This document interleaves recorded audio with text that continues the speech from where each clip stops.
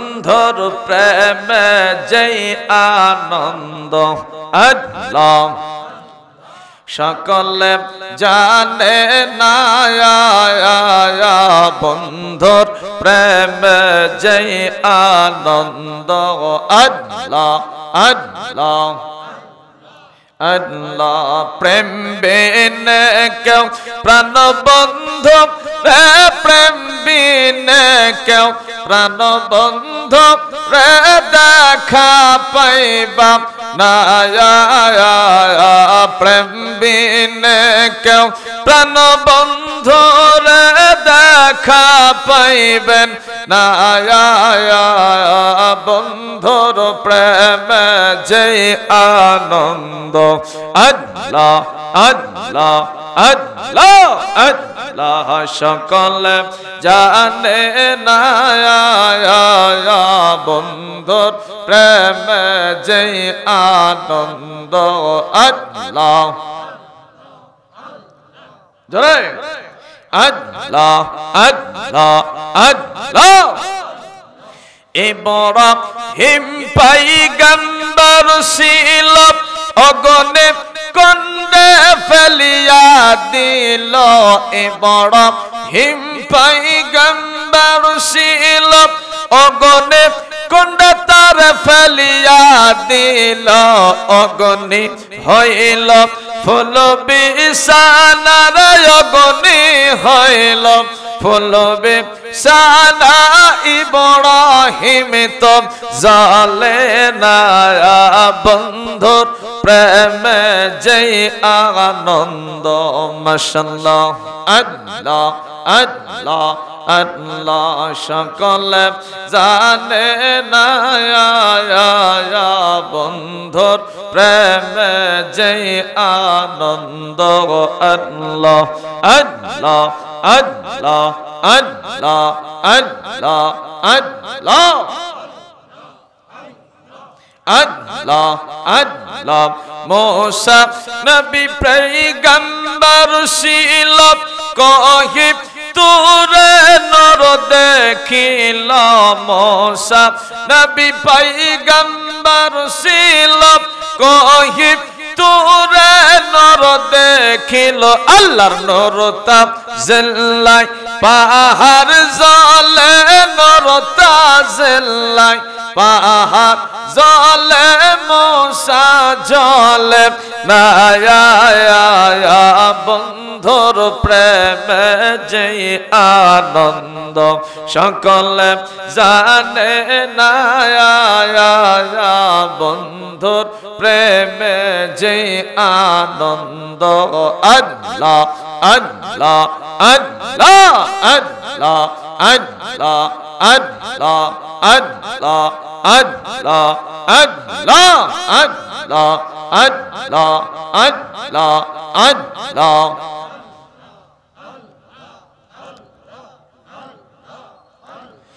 লা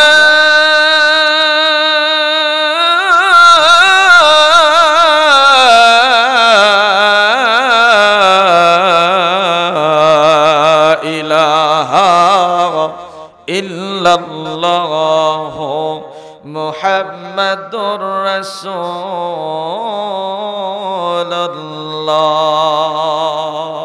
সকলে বলি সাল্লাল্লাহু একটু সকলে বলবেন না সাল্লাল্লাহু আলাইহি ওয়াসাল্লাম ডাক দিয়ে বলতেছেন ওমর আমার বাবার পরিচয় তো আপনি ভালো করেই জানেন আমার বাবা সাধারণ কোনো মানুষ নয় আমি তার সন্তান আমি কেন ভয় করব লাব্বাইক ইয়া আমিরুল মুমিনিন আমি তো এই জায়গার ভিতরে দাঁড়ায় আছি আমিরুল মুমিনিন বলেন কি বলতে চান ডাক দিয়ে বলেন বাবা গো তুমি কি আমার বেটারে গোলামের বাচ্চা গোলাম বলে গালি দিয়েছো সুবহানাল্লাহ হযরত ইমাম হাসান বলে অবশ্যই গালি দিয়েছি বলে কোন বিষয়ের উপর ভিত্তি করে তুমি আমাকে গোলামের বাচ্চা গোলাম বলে গালি দিলা হযরত ইমাম হাসান ডাক দিয়ে বলেন আমিরুল মুমিনিন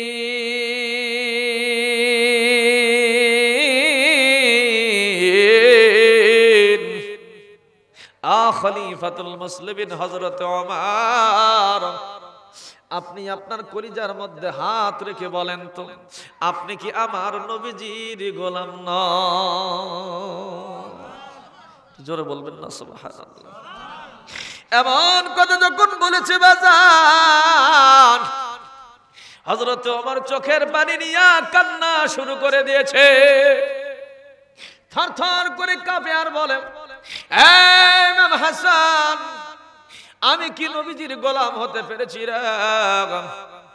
আপনি যে আমাকে গোলামের বাচ্চা গোলাম বলেছেন, আমাকে গোলামের উপাধি দিয়েছেন, ও ইমাম হাসান, এই শ্রীকুটটা তো আমার সামনে রয়েছে। এই ইমাম হাসান রে, জানি না ওই নবীজির গোলামি করতে পারেছি কিনা, কিন্তু আপনি নবীজির নাতি ইমাম হাসান যখন বলেছেন আমি ওমর আল্লাহর নবীর গোলাম, তখন আমি সার্টিফিকেট পাইয়া গেছি রে। এখন মনে হয় আমি আমার দরদের নবীর গোলাম হইয়া গেছি। আল্লাহু আকবার। কল হযরত ওমর চোখের পানি নিয়ে এই চিরকুটটা বের করে, কাগজ বের করে চোখের পানি নিয়ে কান্দে আর মুখের মধ্যে ঠাকায় চুমু লাগায়। হযরত আলী এবং ওসমানকে ডাক দেয়, আলী ও ওসমান দয়া করে দাঁড়াইয়া যাও। হযরত আলী এবং ওসমান যখন দাঁড়াইয়া গেছে, কাঁপতে কাঁপতে আল্লাহর নবীর সাহাবা খলিফাতুল মুসলিমিন হযরত ওমর ডাক দিয়ে বলেন, এ ওসমান, এ আলী, আমি যখন মারা যাব ভাই, আমি মারা যাওয়ার পরে এই সিরিকুটটা, এই লেখা কাগজটা যে জায়গায় লেখা আছে হযরত ওমর নবীজির গোলাম, এই সিরিকুটটুকু, এই কাগজটুকু আমার কফিনের ভিতরে ঢুকায়া দেবা। হযরত ওমর যখন এমন কথা বলেন, হযরত ওসমান বলেন, ইয়া আমিরুল মুমিনিন, কেন এই কাগজটা আপনার অস্তিনের ভিতরে ঢুকায়া দেব, আপনার কাপড়ের ভিতরে ঢুকায়া দেব গো, এইটা ঢুকায়া দিলে কি হবে? হযরত ওমর চোখের পানি নিয়ে কান্দার বলে, আলী, কবরের ভিতরে আমারে যখন রেখে আসবা, মুনকার নকির যখন কবরের ভিতরে চলে আসবে, আসার পর আমাকে যখন বলবে মান রব্বুকা মান দীনুকা মান নাবিয়ুকা, প্রশ্নগুলি করবে, জানি না আমি প্রশ্নের উত্তর দিতে পারবো কিনা। ওই সময় ইমাম হাসানের হাতে লেখা ওই কাগজের কালি লেখা কাগজটা আমি মুনকার নাকিরের কাছে পেশ করব। ডাক দিয়ে বলবো, এই মুনকার নাকির, এই মুনকার নাকির, আমি কে? আমি কিছুই জানি না, তবে দুনিয়ার বুক থেকে আমি একটা কাগজ নিয়ে এসেছি, সার্টিফিকেট নিয়ে এসেছি। কি সার্টিফিকেট আপনি নিয়ে এসেছেন? আমি তখন মুনকার নাকিরের সামনে কাগজটা পেশ করব, আর বুকের মধ্যে চাপড়াইতে বলবো, আমি নবীজির গোলাম রে, নবীজির গোলামের কোনো বিচার না। জোরে বলবেন না সুবহানাল্লাহ। মুনকার নাকির, নবীজির গোলামের কোনো বিচার নাই, গোলামের বিচার মুনিব করবে, আর গোলামের সওয়াল জবের উত্তর মুনিব দিয়া দিবে। জোরে কোন সুবহানাল্লাহ। আর একটু জোরে বলেন সুবহানাল্লাহ। সোনার মদিনা বহু দূরে, প্রাণের মদিনা বহু দূরে, কিন্তু মদিনাওয়ালা আমার অন্তরে, কিন্তু মদিনাওয়ালা আমার অন্তরে। জোরে কোন মারহাবা। আমার অন্তর জুড়ে মদিনা আছে রে, হৃদয় জুড়ে মদিনায় আছে রে, সেই মদিনায় কবে যাব মন মানে না রে, সেই মদিনায় কবে যাব মন মানে না রে। জোরে কোন মারহাবা। আরে যে গিয়েছে একবার সোনার মদিনা, তাহার মনে আর কোন দুঃখ রইল না, তাহার মনে আর কোন দুঃখ রইল না। আমার অন্তর মাঝে মদিনা আছে রে, হৃদয় মাঝে মদিনায় আছে রে, সেই মদিনায় কবে যাব মন মানে না রে, সেই মদিনায় কবে যাব মন মানে না রে। জোরে কোন মারহাবা। আপনারা যারা চালাক মানুষ, তারা হয়তো জিকির করেন না, যে জিকির করে আর কি হবে, জিকির করবি বটতলা গাছতলা মাজারের কাছে নাকি করে, এরই ভিতরে কথা বলেন না কেন? জিকির করবে পীরের দরবারে, জিকির করবে খানকা শরীফত, এই মাহফিলের মধ্যে জিকির করবে কেন? জিকিরের কত গুণ রাসূল কারীম সাল্লাল্লাহু আলাইহি সাল্লাম বলেছেন, মাসালুল লাযী ইয়াজকুরু রাব্বাহু ওয়াল্লাযী লা ইয়াজকুরু মাসালুল হাইয়্যা ওয়াল মাইয়াত। জোরে কোন সুবহানাল্লাহ। আল্লাহর নবী কয়, যে ব্যক্তি জিকির করে আর যে করে না, এদের মধ্যে পার্থক্য হলো জীবিত মানুষ আর মরা মানুষ।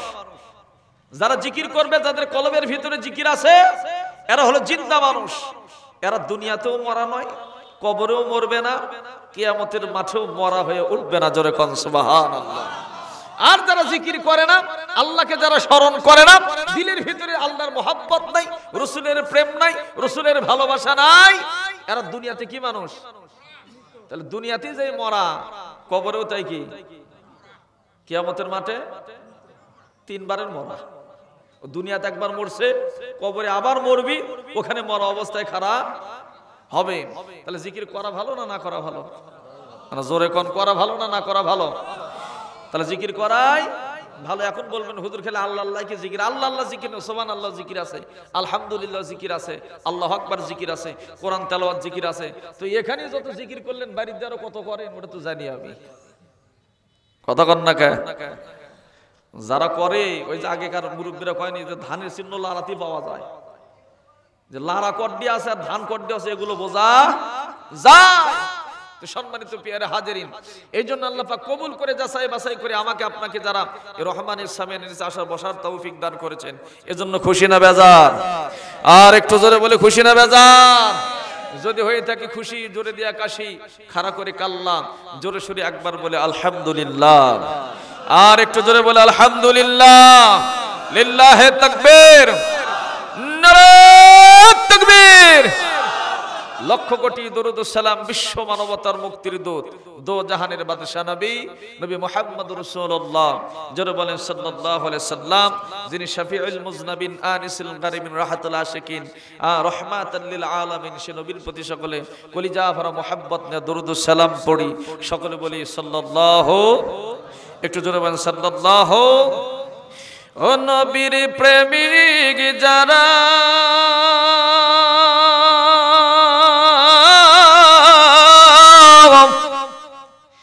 জিন্দা মরা তারা মরণের ভয় করে না, প্রেম তো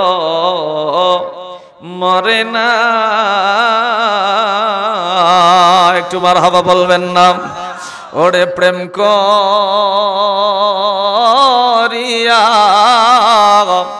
প্রেমিক মরে সই গো, প্রেম তো মরে না। মারহাবা, আমার সঙ্গে বলতে পারবেন না? ও নবীর প্রেমিক যারা,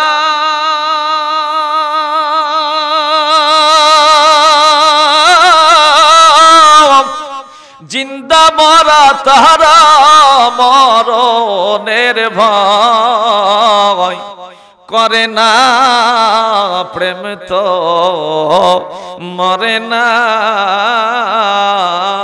হায়রে প্রেম করিয়া প্রেমিক মরে সই গো, প্রেম তো মরে না। জোরে কোন মারহাবা। ওরে মুসা নবী প্রেমিক ছিল,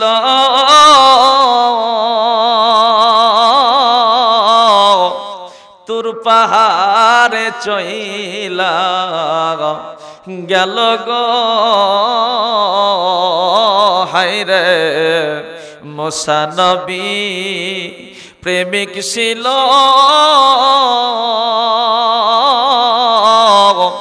তুর পাহাড়ে চইলা গেল গো। ওরে খোদার নূরে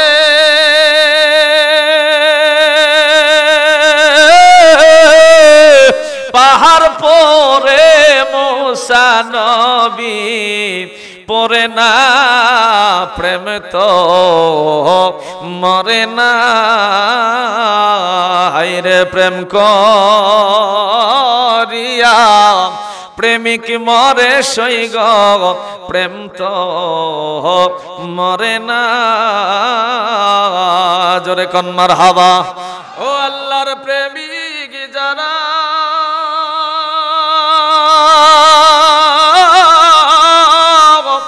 দিশেহারা তাহারা মরণের ভয় করে না, প্রেম তো মরে না। জোরে কোন মারহাবা। আর একটু জোরে বলতে হবে মারহাবা। মালিহাটার আব্বা জানেরা রে,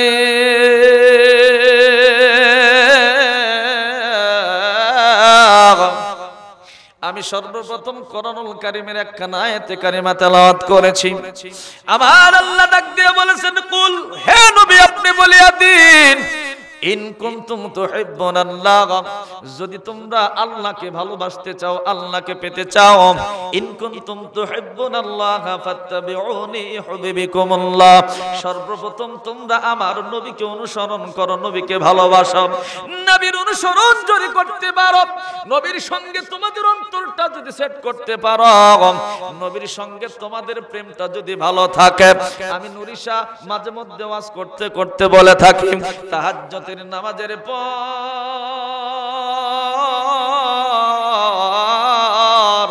তুমি যদি আমার দয়াল নবীকে ইয়া রাসূলুল্লাহ বলে ডাক দাও, ইয়া হাবিবাল্লাহ বলে ডাক দাও, আমার নবী মদিনায় থাকবে না রে, তোমার মালিহাটা তোমার বাঙ্গা ঘরে এসে আমার নবী দিদার দিয়ে দিবে। ডেকে লো রাসূলুল্লাহ রোজা পাকের কিনারে। একটু মারহাবা বলবেন না? আমার সঙ্গে বলতে পারবেন? কথা কয় না বারে, আল্লাহু আকবার বলতে পারবেন না আমার সঙ্গে? আনা গরম হওয়ার একবারে কি অবস্থা, একটু আমার সঙ্গে বলেন, পারবেন না বাজান? চাচা সলিমুল হোসেন গান ঠিকই কয়, হাইটা যায় বুকখান ফাইটা যায়, কথা কন না কে?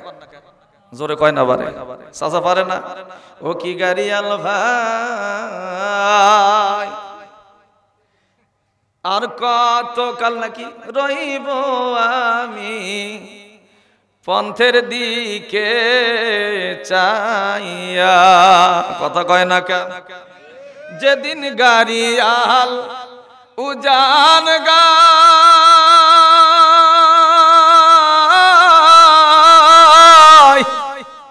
নারীর মন মোর কি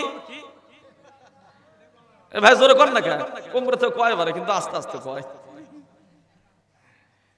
এগুলোর সুর জোরে জোরে বাড়ায় নাকি কন? তো এখন তার এগুলো চলে না, এখন আবার অন্যরকম গান আসছে।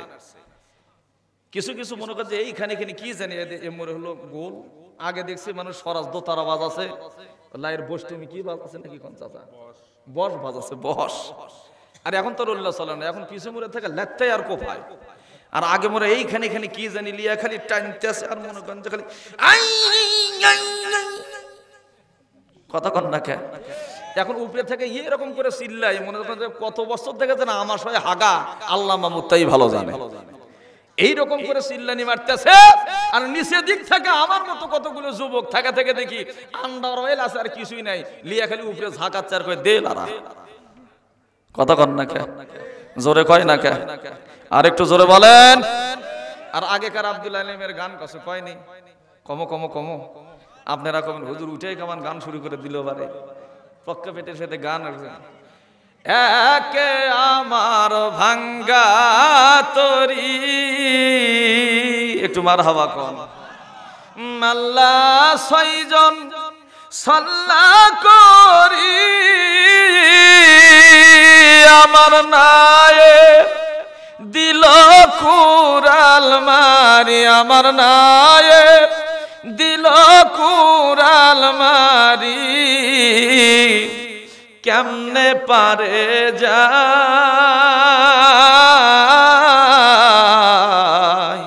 কুল কিনারা নাই। একটু মারহাবা কর। হুজুর গান করে মারহাবার কওয়ার কোন এটা কারণ কি বাজার? আমার নামের আগে শাহজাদা লেখা আছে, তার মানে আমি একটা পীরের ছেলে। একই আমার ভাঙ্গা তরি মাল্লা 6 জন সল্লা করি বাজার। কবি এখানে ভাঙ্গা তরি বলতে কি বুঝাইছেন একটু বুঝতে হবে রে বাপ। আমার আপনার 3.5 হাত বটিটা ভাঙ্গা তরি, এর ভিতরে 6 জন মাঝি রয়েছে বাজার। কাম, ক্রোধ, লোভ, মোহ, মাত, মাৎসর্য, এই 6টা রিপু আমার আপনার দেহের ভিতরে আছে। আমার এই ভাঙ্গা তরি এই দুনিয়ার নাসুত নামক সাগরের ভিতরে বেয়ে বেয়ে যখন পারে যেতে চাই, এই মাঝিগুলো আমারে পারে যেতে দেয় না। কথা বলেন ঠিক কিনা? কাম টেনে নিয়ে যায় পরনারীর দিকে চোখ দেব, কথা কন না কেন? লোভ টেনে নিয়ে যায় চাচাতো ভাইয়ের জমিয়া তাড়াতাড়ি আধার দখল করে নে, কথা কয় না কেন? তাহলে কাম নিয়ে যায় নারীর দিকে টানিয়া, লোভ নিয়ে যায় হলো কির দিকে, পাপের দিকে, মানুষের ধন সম্পদ ধ্বংস করার দিকে। এই রকম করে করে 6টা রিপুর ফাঁদে আমি আপনি পা দিয়েছি। এই যে 6টা মাঝি আমার আর আপনার, এই 6টা মাঝি আমাকে আপনাকে, ইয়া আইয়ুহান নাফসুল মুতমাইন্না ইরজি' ইলা রাব্বিক রাদিয়াতাম মারদিয়্যা ফাদখুলি ফি ইবাদি ওয়াদখুলি জান্নাতি। আল্লাহু আকবার কর। আল্লাহ পাক নফসু মুতমাইন্নাকে ডাক দিয়ে বলেন, এ নফসু মুতমাইন্না, প্রশান্তিময় আত্মা তুমি কি করো? আল্লাহর বন্দেগীর ভিতরে ঢুকে যাও, দাসত্বের ভিতরে ঢুকে যাও, গোলামির ভিতরে ঢুকে যাও, তারপরে আমার জান্নাতের ভিতরে প্রবেশ করো। আমরা তো আল্লাহর গোলামির ভিতরে ঢুকতে পারি না বাজান। কেমনে ঢুকবো বাজান? এই 6টা রিপুর গোলামি করতে করতে আমার আপনার জীবন শেষ। কথা কয় না বারে? মন খারাপ করতেছেন আমার উপরে? জোরে কথা কোন, মন খারাপ করতেছেন? এই 6টা রিপুকে দমন করতে হবে। আজকে যারা কামের গোলামি করেন, নফসের গোলামি যারা করেন, দেখবেন যে রাস্তায় রাস্তায় ধর্ষণ হচ্ছে। কথা বলেন ঠিক কিনা? ধর্ষণ হয় না? ধর্ষণ যারা করে এরা তো কামের ফাঁদে পা দিয়াই। আপনি যদি ওই দিক থেকে ফিরে আসতে পারেন, ওই কামকে যদি আপনি হেফাজত করতে পারেন, ধর্ষণ আর ঘটবে? জোরে কন্যাকে ঘটবে না। লোভকে আপনি সামাল করতে হবে। কোটি কোটি টাকা মানুষের থাক, ওটা থেকে আমার কোনো লাভ নাই। আমি ভ্যান চালায় 300 টাকা রোজ কামাই করি, এটাই আমার জন্য যথেষ্ট। জোরে কন সুবহানাল্লাহ। তার কারণ এগুলো দিয়ে কি করেন আপনি? আজকে বললে কালকে 2 দিন 3 দিন কেউ মনে রাখবে? যতই বড় আপনি মন্ত্রী মিনিস্টার হন না কেন, কোনো লাভ হবে না। দুনিয়া লক্ষ লক্ষ কোটি কোটি টাকা যা কিছু আছে সব আপনার দুনিয়াতে যেমন ঠিক তেমনই থাকবে। কথা বলেন ঠিক কিনা? এই জন্য বলতেছি বাজার, সর্বপ্রথম আয়াতে কারিমা তেলাওয়াত করেছি। আল্লাহ পাক বলে দিলেন কি করো? আমাকে যদি পাইতে চাও আগে নবীকে ধরো। সুবহানাল্লাহ। নবীকে ভালোবাসো। নবী যদি তোমার হয়ে যায়, তুমি যদি নবীর হয়ে যাও, নবীর আশিক যদি তুমি হতে পারো, নবীর পাগল যদি তুমি হতে পারো, আল্লাহ বলেন আমি তোমার জিন্দেগীর গুনাহগুলো মাফ করে দিব। সুবহানাল্লাহ। জিন্দেগীর গুনাহগুলো কি করবে? মাফ করে দিবেন। বাজার, নবীকে ভালোবাসার দরকার আছে কিনা? দুনিয়াতে যত বন্ধু দেখেন, বান্ধব দেখেন, আত্মীয় দেখেন, স্বজন দেখেন, যত নেতা দেখেন, যত খেতা দেখেন, কথা কন না কেন? লাভ হবে? যত পীর দেখেন, যত মাশায়েখ দেখেন, যত হুজুর দেখেন, যত ইমাম দেখেন, যত মুয়াজ্জিন দেখেন, কোনো লাভ আছে? মাঝে মধ্যে আমি বলি বাজার, বর্তমানে তো পীর দিয়ে ঘর ছাওয়ান যায়। কথা কন না কেন? পীর দিয়ে ঘর ছাওয়ান যায়, ভক্ত পাওয়া যায় না। খুঁজে খেতে দেখবেন আসল কয়টা আছে। ভারতের এক গণমাধ্যম বলতেছে, মানে ওনারা ওই লাল গেরুয়া পোশাক পরে একজন বলতেছে যে বর্তমানে ভারত বুকে ভগবানের অভাব নাই। ওনারা তো মানুষকে ভগবান বলে। কথা বল না কেন? ওনারা মানুষকে কি বলে? ভগবান বলে। উনি বলতেছে যে বর্তমানে ভারতে ভগবানের অভাব, সাধন ভোজন থাক কিংবা না থাক, কোনো কিছু থাক কিংবা না থাক, লাল গেরুয়া পোশাক পরলে সে ভগবান হয়ে গেল। তো বর্তমানে ঠিক তাই হয়েছে। পীরের কোন বাংলাদেশের অভাব নাই। একটু লম্বা চুল, লম্বা দাড়ি, মাথায় একটু পাগড়ি কিংবা মাথায় জট দেখলে আমরা মনে মস্ত বড় আল্লাহর ওলি। পীর মানে তো আল্লাহর ওলি নয়। পীর মানে কি আল্লাহ ওলি নয়। কারণ এমন কতগুলো পীর আছে হাইয়া সোসা না মুতেও পারি না। কথা কন না কে, জোরে কয় না কে। মহল্লার মধ্যে সফর করতে আসলে, বেড়াইতে আসলে, আপনি যদি নিয়ে আসে মসজিদে গঞ্জে, হুজুর একটু মাগরিবের নামাজ পড়ান, আসরের নামাজ হয়তো পড়াতে পারবে, মাগরিবের নামাজ পড়ান, আর সূরা কারাত করতে সামনের 3 দাঁত ভেঙে চলে যাবে। কথা বলেন না কেন, জোরে কয় না পারে। মন খারাপ করতেছেন আমার উপরে, হুজুর আবার ইল্লা কি কোন। সাবধান, আপনি তো তাকে হেদায়েত পাওয়ার জন্য ধরেছেন নাকি কোন, সঠিক রাস্তা পাওয়ার জন্য ধরেছেন। তো সে যদি নিজেই সঠিক না হয়, আপনাকে সঠিক রাস্তা কেমনে দেখাবে? আমি নিজেই পথ চিনি না, আপনাকে কেমনে চিনাবো? কথা বলেন না কেন? এই জন্য সাবধান, ধরলেও সেই রকম করে ধরতে হবে। আমি বিরোধিতা করতেছি না, পিঠ ধরেন, পিঠ ধরতে হবে, কিন্তু দেখে শুনে, একটু বুঝে শুনে ধরতে হবে বাজান। মন খারাপ করা যাবে, জোরে কোন, মন খারাপ করা যাবে। আল উলামা ওয়ারিসাতুল আম্বিয়া, আলেম ওলামা যারা আছে এরা হলো আম্বিয়াদের কি অনুসারী, ওয়ারিস। তার মানে ওলামার কাছে যাবেন, আলেমের কাছে যাবেন, তারা যদি সঠিক না হয় তাহলে খবর আছে বাজান। বর্তমানে যেমন নেতা খেতা বলেন, যাই কিছু বলেন না কেন, এদের পিছনে ঘুরে আপনার কোনো লাভ নাই। আপনি এক নেতার পিছনে ঘুরতেছেন, বিনিময়ে কি পাবেন? 6 ধরা চাউলের একটা কাঠ, 5 কেজি চাউলের একটা কাঠ। কথা কন না কেন? এর চাইতে বেশি কিছু আপনাকে দিবে। সাবধান, আজকে তো বাংলার ঘরে ঘরে নেতা, লক্ষ্য করে দেখবেন, নেতা যদি হওয়া যায়, ওরা জমি আবাদ করা লাগে না। কথা কন না কেন? ওরা সংসারে কাজকর্ম করা লাগে না, নেতার পিছনে ঘুরলি হয়, আর খালি হা করে আছে যে কার সাথে কার কাজে কাজে বাজে। ওর মাঝখানে ঢুকে কেমনে টাকা খাওয়া যায়, বাপক পর্যন্ত ছাড় দেয় না। কথা বলেন ঠিক কিনা? রাসূল রাজনীতি করতে এইরকম নাকি? ওমর ফারুক রাজনীতি করতে এইরকম নাকি? গভীর রজনীতে বাজান, কষ্ট হইতেছে না তো আপনাদের? কষ্ট পাচ্ছেন বাজান? কষ্ট পাইতেছেন? গভীর রজনীতে হযরত ওমর ফারুক রাদিয়াল্লাহু তাআলা আনহু, হাদিসের মধ্যে আছেন, সাবাতান ইউজিল্লুহুমুল্লাহু ফি জিল্লি ইয়াওমা লা যিল্লা ইল্লা জিল্লুহু, ইমামুন আদিলুন ওয়া শাববুন নাশা ফি ইবাদাতিল্লাহ ওয়া রাজুলুন কলবুহু মুআল্লাকুন বিল মাসাজিদ ইযা খারাজা মিনহু হাত্তা ইয়াউদু ইলাইহি। জোরাকান সুবহানাল্লাহ। রাসূল কারীম সাল্লাল্লাহু আলাইহি ওয়াসাল্লাম বলেছেন, কিয়ামতের ময়দানে সূর্য তো দূরে থাকবে না বাজার, আমার আর আপনার আধা হাত উপরে উঠে যাবে। সূর্য তার সমস্ত মুখগুলি খুলে খুলে তাপ দেওয়া শুরু করে দিবে। কথা বুঝতে পেরেছেন? তাহলে অবস্থা ভালো হবে না খারাপ হবে বাবা? কঠিনময় অবস্থা হয়ে যাবে। সূর্য তার সমস্ত মুখগুলি খুলে খুলে যখন তাপ দেওয়া শুরু করে দিবে বাবা গো, ঘামের বন্যা বয়ে যাবে, ঘামের নদী ছুটে যাবে। আমার রাসূল ডাক দিয়ে কয়, ওই দিন আমার আল্লাহ পাক দয়া করিয়া মায়া করিয়া তার 7টা ধরনের ব্যক্তিকে আরশে আজিমের ছায়ার নিকট আশ্রয় দান করবে। ওই দিন আল্লাহর আরশের ছায়া ছাড়া আর কোনো ছায়া থাকবে না। জোরে জোরে বলা যাবে কি সুবহানাল্লাহ? 1 নম্বর কথা চলে এসেছে, ইমামুন আদিলুন, ন্যায়পরায়ণ শাসক। কেডা বাজার? জোরে কোন নাম কি? ন্যায়পরায়ণ। আমার কথাগুলো বুঝতে পারতেছেন আপনারা? সারা রাত ওয়াজ শুনছে, শুনে সকালবেলা বাড়ি যাচ্ছে, যাতে একজন আরেকজন কয়, বাড়ি ওয়াজ তো শুনলাম, বক্তা তো ইউসুফ আর জুলাইখার কাহিনী করলো, কিন্তু জুলাইখা মরদ মানুষ না মিয়া মানুষ এটাই বুঝলাম না। তাহলে ওয়াজ শোনার কোনো দাম আছে? তাহলে ওয়াজ শুনলে কি এই কান আর এই কান একত্র করে ওয়াজ শুনতে হবে? কথা বলেন ঠিক কিনা? আমার দরদের আব্বা জানেরা, 1 নম্বর যাদের কথা হাদিস শরীফে এসেছে, 1 নম্বর হলো ইমামুন আদিলুন, ন্যায়পরায়ণ শাসক। খুঁজে পাওয়া যায় বর্তমান। তবে আমাদের দেশের নেতা খেতা খুব ভালো, জানেন, এরা লক্ষ লক্ষ টাকা খরচ করে মানুষের খেদমত করার জন্য। কথা কন না কে?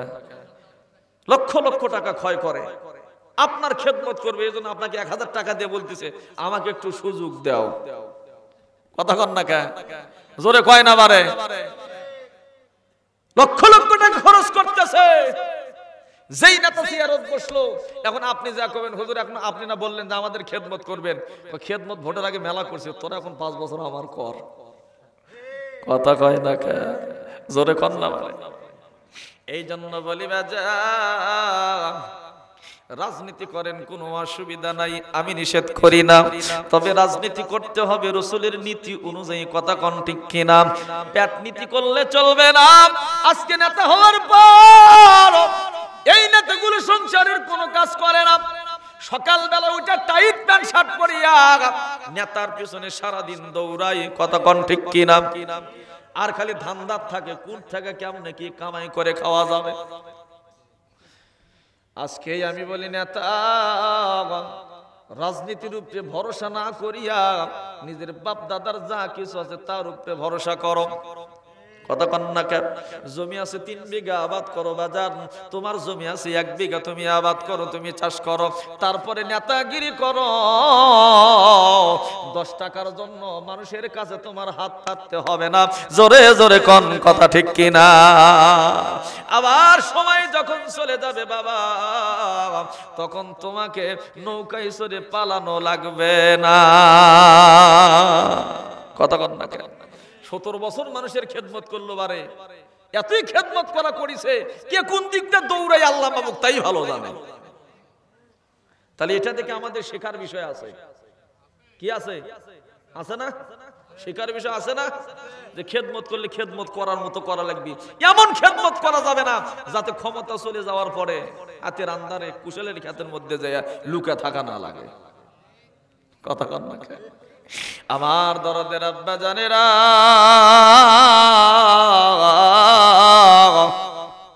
শাসক ছিল হযরত ওমর ফারুক রাদিয়াল্লাহু তাআলা। গভীর রজনীতে বাড়ির লোকজনগুলো, রাজ্যের লোকজনগুলো কেমন আছে খোঁজ খবর নেওয়ার জন্য মুখের মধ্যে পট্টি লাগায় দিয়েছে। মুখের মধ্যে পট্টি লাগানোর পর মানুষের দাঁড়ে দাঁড়ে যায়, কারোর সঙ্গে কোনো কথা বলে না, কান দুইটা খোলা আছে, দেখি কে কষ্টে আছে কিনা, কেমনে আছে কিনা, কি অবস্থায় আছে কিনা। খোঁজ নেওয়ার জন্য অলিতে গলিতে যখন হাইটে বেড়ায়, হঠাৎ করিয়া দেখে গো ওই মরুভূমির মাঝখানে একটা বুড়ি মানুষ আল্লাহর দরবারে দুইখানে হাত তুলে কাঁদতাছে। ডাক দেয় মাবুদ,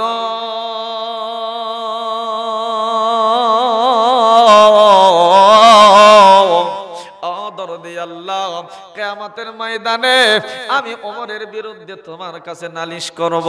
হযরত ওমর পিছনে দাঁড়ায় তার সমস্ত কথাগুলি শুনতেছে। হযরত ওমর লক্ষ্য করে দেখেন বুড়ি মা যখন তার বিরুদ্ধে আল্লাহর দরবারে নালিশ করতেছে, ওমরের হাত পা গুলো থরথর করে কাঁপে। তার কারণ হযরত জানে লাকাদ কানা লাকুম ফি রাসূলিল্লাহি উসওয়াতুন হাসানা। আমার আল্লাহ ডাক দিয়ে কয় নিশ্চয় সমস্ত উত্তম আদর্শগুলো তোমার নবীর বিরুদ্ধে নিবজ্জিত আছে। কথা কোন ঠিক কিনা? তোমার নবীর ভিতরে আছে, নবীকে অনুসরণ করো, নবীকে ভালোবাসো, নবীর ইত্তিবা করো, নবীর ভিতরে যে আদর্শগুলো আছে সেগুলো তুমি তোমার ভিতরে ঢুকায়া নাও, তাহলে তুমি একজন উত্তম মানুষে রূপান্তরিত হয়ে যাবা। কতক্ষণ ঠিক কিনা? আজকে আদর্শ আমরা নবীর মানি না, আজকে আমরা তমুকের জন্য জীবন দিই, তমুকের জন্য জীবন দিই, কিন্তু আল্লাহ আল্লাহ রাসূলের জন্য জীবন দিতে কেউ রাজি? জোরে কন্যাকে রাজি? 13 তারিখে লকডাউন আছিল না বাজান? বলবেন হুজুরিল্লাহ পেশাল পারেন কা, দরকার আছে বারে। শেষ পর্যন্ত দেখি ইউরিয়ার বস্তা কাটিছে। কিসের বস্তা? ইউরিয়ার বস্তা কাটিয়া, মানে চেহারা দান কেউ চিনবার না পারে, মাস্ক টাক দিলে চোখ দেখা যায় না পারে, ইউরিয়ার বস্তা কাটিয়া 2 হাত কোনা বের করে এই পর্যন্ত ঢুকেছে, ঢুকে খালি 2 চোখ বের করে থুছে আর 2 মুখ কোনা বের করে থিয়া পিকআপ লিয়া শোডাউন মারতেছে, লকডাউন পালন করতেছে। কথা কন না কে? জোরে কয় না। যদি ধরা পড়ে, কেউ কেউ ধরা পড়ছে, এমন বেতন দিছে। সেদিন মোবাইলের ভিতরে দেখি এক ছেলে ওই থানার ভিতরে মাঝের মধ্যে গোর ভরা কান দিচ্ছে যে ভাই ছেড়ে দেন ভাই, ভুল হয়ে গেছে ভাই, আমি আসলে কোনো দল করি না। একজন আমারে 500 টাকা দিয়েছে, তাই স্লোগান দেওয়ার জন্য আসছি। কয় টাকা দিয়েছে? তো তুই 500 টাকার লোভে যে স্লোগান দিবার গেল, তুই যে বাইরে থেরা বানালো। আজ তোর বাপের যদি আদান জমি থাকে তাক বেচে লিয়েছে, কি করা লাগবে? তোকে ছাড়িয়ে লিয়া যাওয়া লাগবে। কথা কন না কে ভাই? ফকুন্নির বেটাকের জন্য কোনো রাজনীতি আছে নাকি? আমি হক কথাগুলো বলে, মন খারাপ করলে কিছু করার নাই। তুই ভেলালের বেটা, আমি ফকিরের বেটা, আমি কৃষকের বেটা, আমার কিসের রাজনীতি? 2 দিন পরে থাকলে কেউ 100 চাউল লিয়েছে কবি না ধরে রাখা। কথা বলেন না কেন? একদিন ভ্যান না চালালে ভাত পাই না, একদিন পরের বাড়িতে জমির কাজ না করলে ভাত পাই না, আমি কিসের রাজনীতি করি?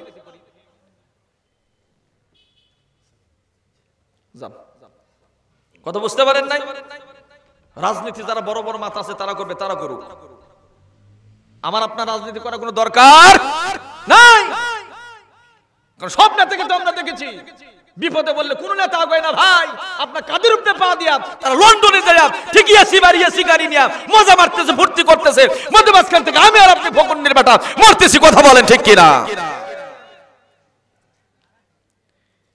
নেতা ওরাও ছিল। হযরত ওমর ফারুক থরথর করে কাঁপতেছে,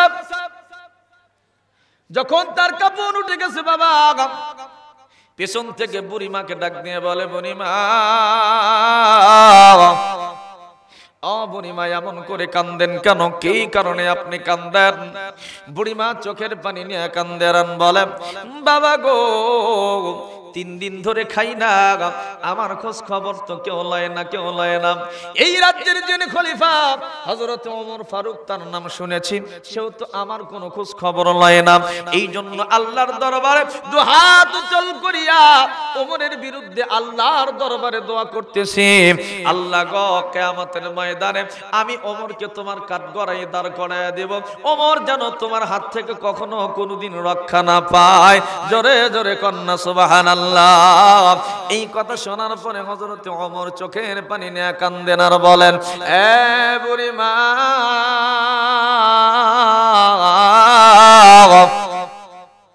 আপনি কি ওমরকে দেখেছেন? ওমর সম্পর্কে কি আপনার জ্ঞান আছে? না বাবা না, ওমরকে আমি কোনোদিন দেখি নাই। আপনি আল্লাহর দরবারে এমন করে করে প্রার্থনা করতেছেন, আপনার যে পেটে খাবার নাই, ক্ষুধার যতরে কাতরে আপনি কাঁদতেছেন, এই খবর কি হযরত ওমর জানে নাকি? বলে না, জানে না।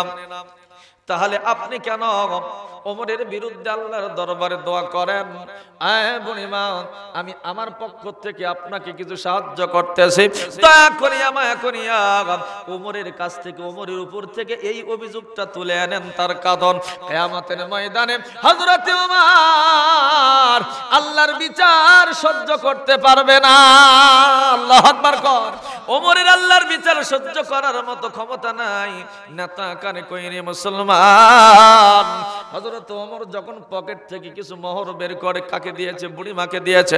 বুড়িমা খুশি হইয়া ওমরকে তো চিনে না, ওমরের মাথা নাড়ে আর বলে, বাবা, আসলে খলিফা ওমরের না হইয়া তোমার হওয়া দরকার ছিল। জোরে কন্যা সুবহানাল্লাহ। খলিফা ওমরের না হইয়া তোমার হওয়ার দরকার ছিল, কারণ তুমি খুব ভালো মানুষ। এরা 2টা-3টার দিকে তুমি আমার খোঁজ নেওয়ার জন্য আসছো, খবর নেওয়ার জন্য আসছো, অথচ ওমর এখনো কোনোদিন আসলো না। এখন এই ব্যক্তি বলতেছে, হযরত ওমর বলতেছে, ঠিক আছে মা, আপনি আগে বলেন, কিয়ামতের ময়দানে হযরত ওমরকে তো আর কাঠগড়ায় দাঁড় করাবেন না, তার বিনিময়ে আপনাকে টাকা দিলাম, শোধ করে দেন। তো বুড়িমা তখন বলতেছে, হ্যাঁ বাবা যাও, তোমার কথাই ঠিক, আমি ওমরকে কিয়ামতের ময়দানে কি করব না, আল্লাহর সামনে দাঁড় করাবো না। জোরে কন্যা সুবহানাল্লাহ। এই কথা বলার পরে হযরত ওমর ফারুক রাদিয়াল্লাহু তাআলা আনহু বুড়িমাকে বলতেছে, বুড়িমা, কালকে তুমি একটু রাজসভায় যাও, আমি হযরত ওমরকে কইয়া কিছু ব্যবস্থা করে দেবানে, যাতে তোমার সারা জীবন আর না খেয়ে না থাকা লাগে। জোরে কন্যা সুবহানাল্লাহ। বুড়িমা এবার পরের দিন সকালবেলা কি করছে জানেন? হাঁটি হাঁটি পা পা করে হযরত ওমরের দরবারে গেছে, যায়া দেখে কালকে রাত্রে যে মানুষ, সেই মানুষই চেয়ারে বসে আছে। সুবহানাল্লাহ। বুড়িমারও সামনে যায়, কথা কন না কেন? বুড়িমা যায়, আর ওমরের বিচার কঠিন না নরম? জোরে কন নাকি, কঠিন না নরম? আর একটু জোরে বলেন, কঠিন না নরম?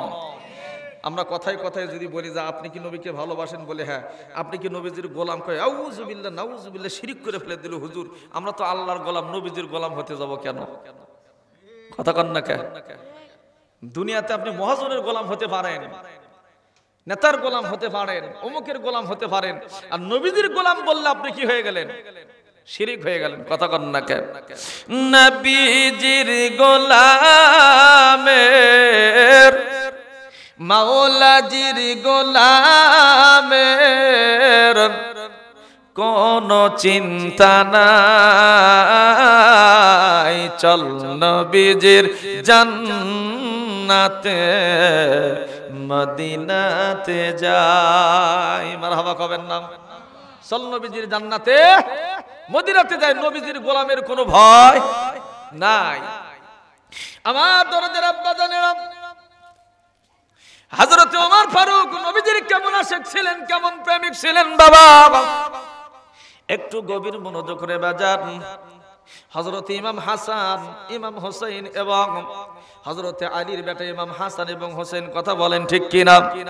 হযরত ইমাম হাসান এবং হোসেন এবং হযরত ওমরের বেটা আব্দুল্লাহ একই মক্তবে লেখাপড়া করে, একই জায়গায় লেখাপড়া করে। হযরত ইমাম সামনের বেঞ্চে বসে আছেন এবং পিছনে হযরত আব্দুল্লাহ বসে আছে, ওমরের বেটা। লেখাপড়া করতে করতে রে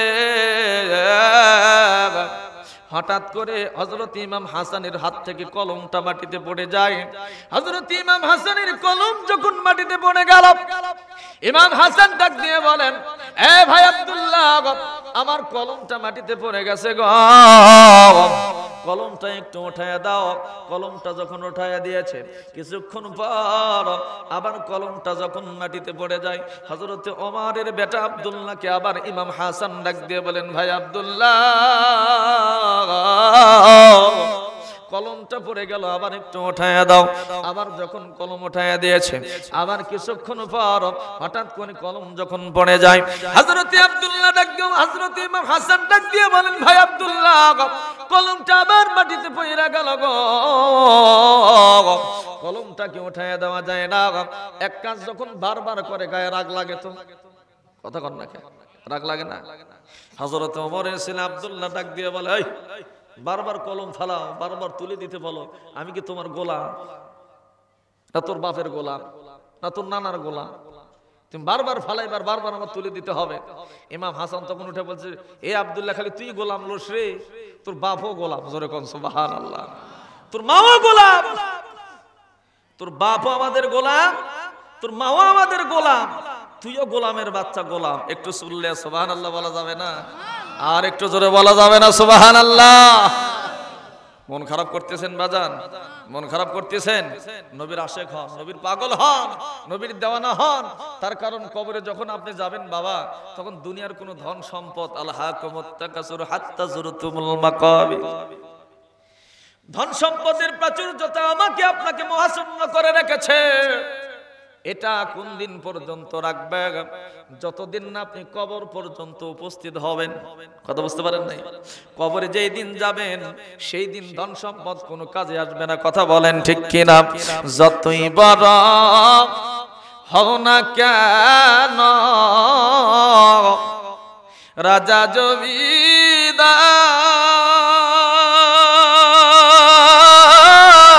জমিদার, ওরে বাড়ি গাড়ি সুন্দর নারী, আরো ট্রানজিস্টার, সেদিন থাকবে না কম অধিকার।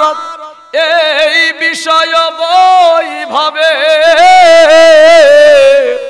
সুন্দর এই পৃথিবী ছেড়ে একদিন চলে যেতে হবে রে মন, চলে যেতে হবে। কথা কন ঠিক কিনা? এই জন্য বলছে দুনিয়ার ধন সম্পদ, টাকা পয়সা, রাজা বাহাদুর, যতই যা কিছু হও না কেন, কোন উপকারে আসবে? খলিফা হারুনুর রশিদ নাম শুনেছেন কোনদিন? কথা কয় না বারে। খলিফা হারুনুর রশিদ কোনদিন নাম শোনেন নাই? উনি ঘোড়ায় চড়ে রাস্তা দিয়ে হেঁটে যাচ্ছেন, মানে লোক লস্কর নিয়ে রাস্তা দিয়ে হেঁটে যাচ্ছে। কারণ বাহালুল পাগল নামে ওই সময় ওই যুগের একজন আবেদ ছিল, আল্লাহর ওলি ছিল, বড় করে বলেন সুবহানাল্লাহ। এই বাহালুল পাগল সবসময় কবরস্থানে বসে মোরাকাবা মুশাহিদা করতেন, সবসময় কবরস্থানের ভিতরে থাকতেন। তো উনি এখন দেখার পরে ওই ইয়াকে ডাক দিয়ে বলতেছে, এ ফকির দাঁড়া। সুবহানাল্লাহ। একজন বাদশা খলিফা হারুনুর রশিদ ওনাকে কি বলতেছে? ফকির। এ বাহালুল, এ খলিফা হারুনুর রশিদ, এ ফকির, একটু দাঁড়া দাঁড়া দাঁড়া, তোর সঙ্গে আমার কথা আছে। জোরে কোন সুবহানাল্লাহ। এই কথা বলার সঙ্গে সঙ্গে এখন বাহালুল পাগলকে হারুনুর রশিদ বলতেছে, আসলে তুমি পাগল, আমি একজন বাদশা মানুষ, অর্ধ পৃথিবীর খলিফা আমি, আর আমাকে তুমি এ ফকির বলে ডাক দাও? হ্যাঁ, তোমার হুশ আক্কেল কতদিন হবে? আসলে মানুষ বলে না পাগলে কিনা বলে ছাগলে কিনা খায়, তুমি আসলে এটা গেছে পাগলা। তো বলতেছে যে তুমি কি আমার ক্ষমতা আমার পাওয়ার সম্পর্কে জানো না? খলিফা হারুন রশিদ বলতেছে তুমি কি আমার ক্ষমতা আমার পাওয়ার সম্পর্কে জানো না? তুমি যা চাবা আমি তোমাকে এখন তাই দিতে পারি। জোরে কর নাউজুবিল্লাহ। যা চাবো তাই দিবে। এবার বাহালুল পাগল বলে আমি ভালো করে চিন্তা করে দেখলাম আমার চাইতে বড় ফকির হইলা তুমি। সুবহানাল্লাহ। খন ধমক দিয়ে বলে আবার তুমি ফকির করে কও? বুঝলাম না। অবশ্যই তো আপনি ফকির, নিজেকে শক্তিধর ক্ষমতাশালী মনে করতেছেন। তাহলে আমি আপনার কাছে কয়েকটা জিনিস চাবো, আপনি কি আমাকে দিতে পারেন? বলে বলো কি জিনিস তুমি চাও? এবার বাহালুল পাগল বলতেছে এক নম্বর যে জিনিসটা চাই তুমি আমার হায়াতটা একটু বেশি করে দাও, আমি যেন না মারা যাই। কথা কয় না? সম্ভব আছে?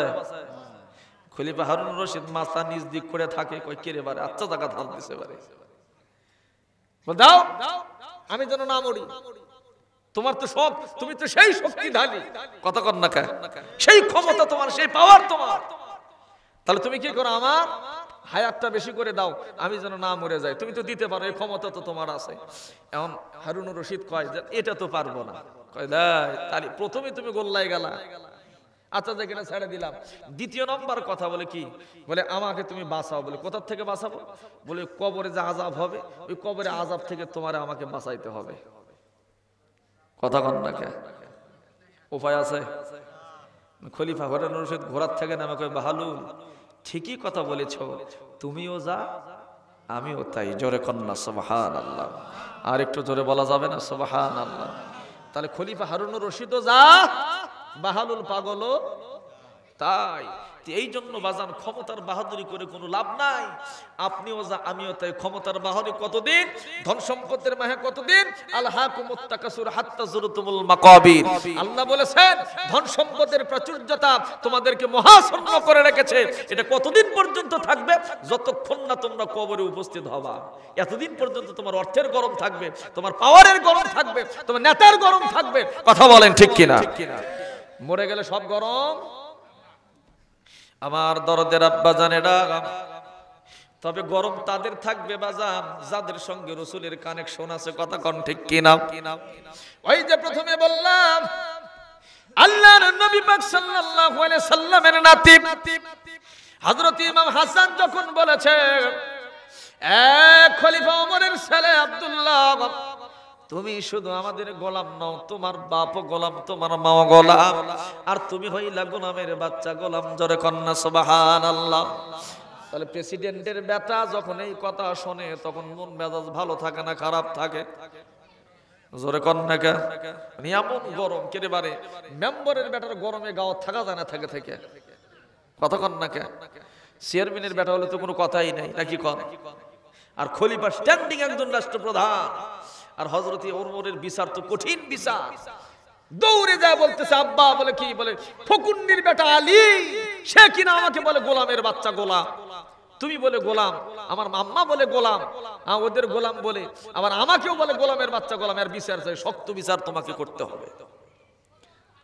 হযরত ওমর বলে কথা তো ঠিক, বিচার তো শক্ত করেই করতে হবে। তো বাবা তোমাকে যে গোলামের বাচ্চা গোলাম বলেছে তার কোনো কি আছে? ডকুমেন্ট আছে? তার কি কোনো মানে সাক্ষী আছে? বলে কি সাক্ষী জান?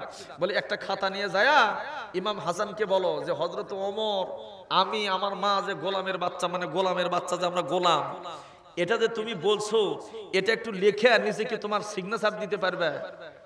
হযরত ইমাম হাসানকে যখন বলছে, ইমাম হাসান বলে এই নবীর বংশের রক্ত আমার শরীরের মধ্যে বয়, আমরা কখনো মিথ্যা কথা কই না। জোরে কোন সুবহানাল্লাহ।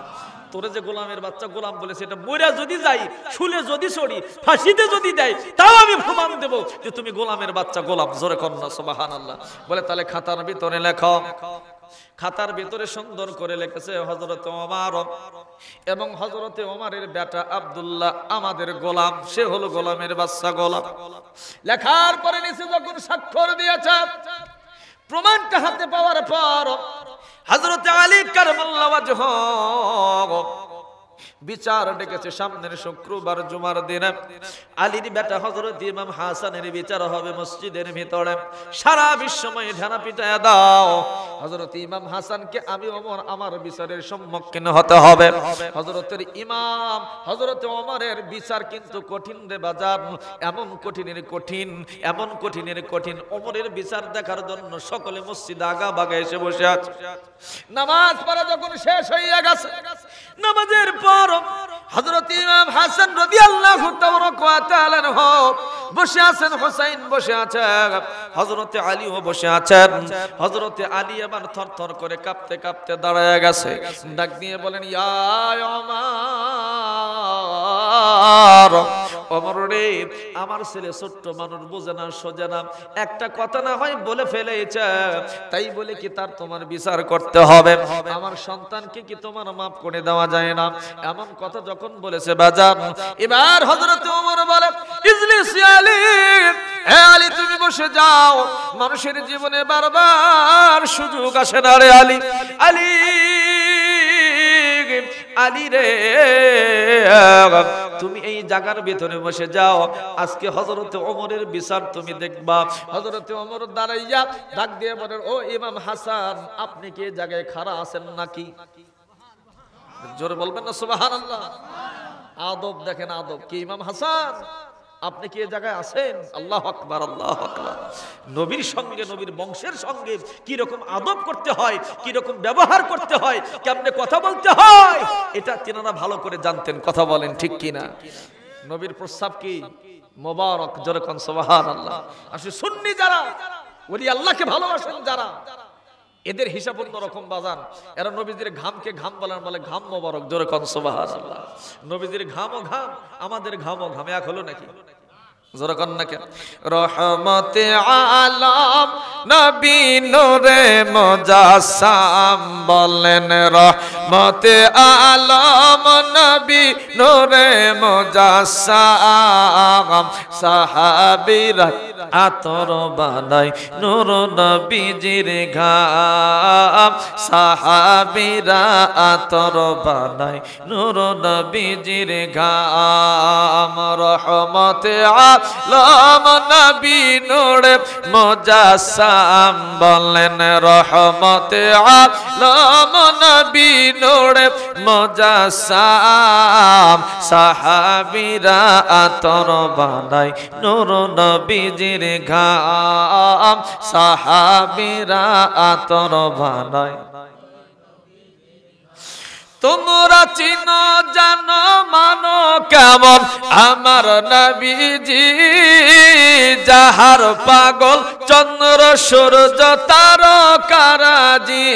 তোমরা চিনো জানো মানো কেমন আমার নবীজি, যাহার পাগল চন্দ্র সূর্য তারকারাজি।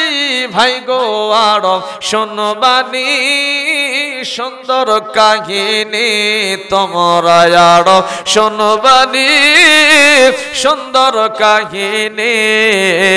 জান্নাতের রোমে রোমে লিখা নবীর নাম বলেন, জান্নাতের রোমে রোমে লিখা নবীর নাম। রহমতে আলম নবী নূরে মুজাসসাম বলেন, রহমতে আলম নবী নূরে মুজাসসাম, সাহাবীরা আতর বানাই নূর নবীজির ঘাম, সাহাবীরা আতর বানাই নূর নবীজির ঘাম। জোরে কোন মারহাবা।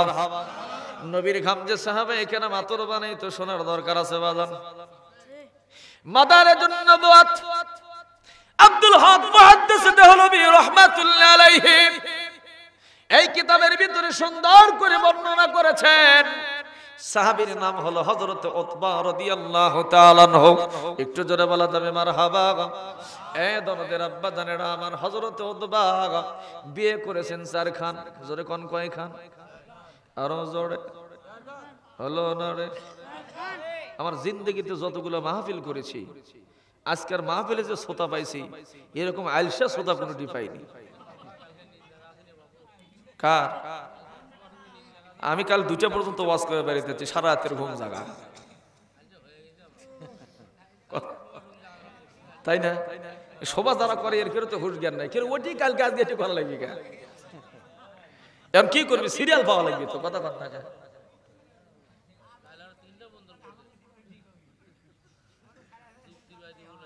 কি ছেড়ে ছেড়ে হয়ে যাচ্ছে, সব ফিনিশিং দেবো ইনশাল্লাহ, যতগুলো ধরছি না সব শেষ করে দিয়ে যাবো। কোনটি আপনারা যদি পড়েন আমিও আসি।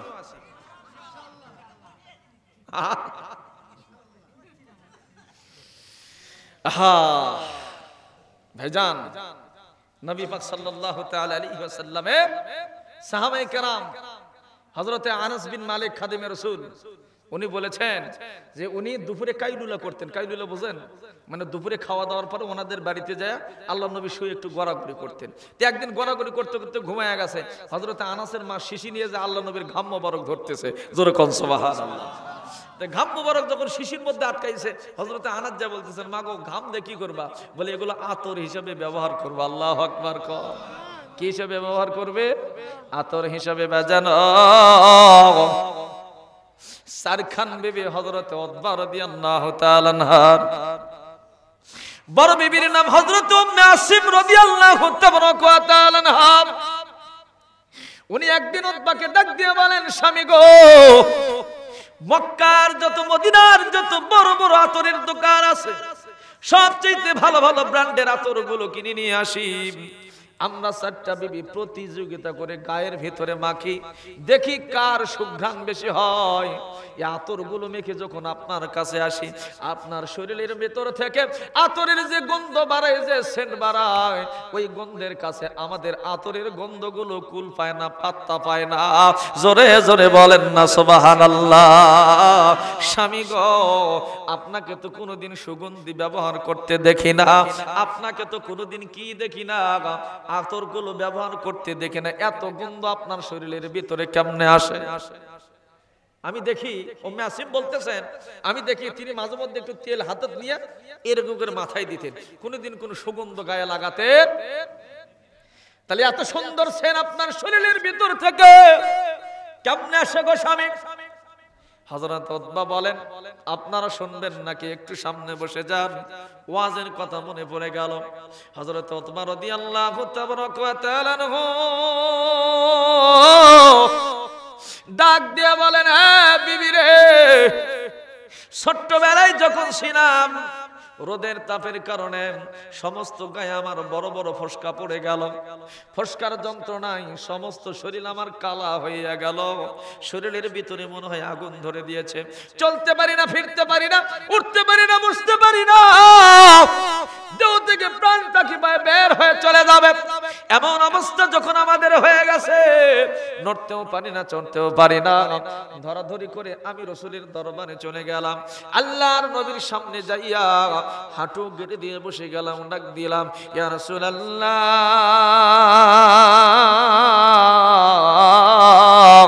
ইয়া হাবিবাল্লাহ, ও দরদের নবী গো, ইয়া রাসূলুল্লাহ, গায়ের যন্ত্রণা সহ্য হয় না, ফসকাগুলো গলে যাচ্ছে, পানিগুলো টপ টপ করে পড়ে, শরীরের ভিতরে মনে আগুন ধরে দিয়েছে। নবী গো, আমি বুঝি মারা যাই, আমাকে কি রক্ষা করবেন না? আমাকে কি বাঁচাবেন না?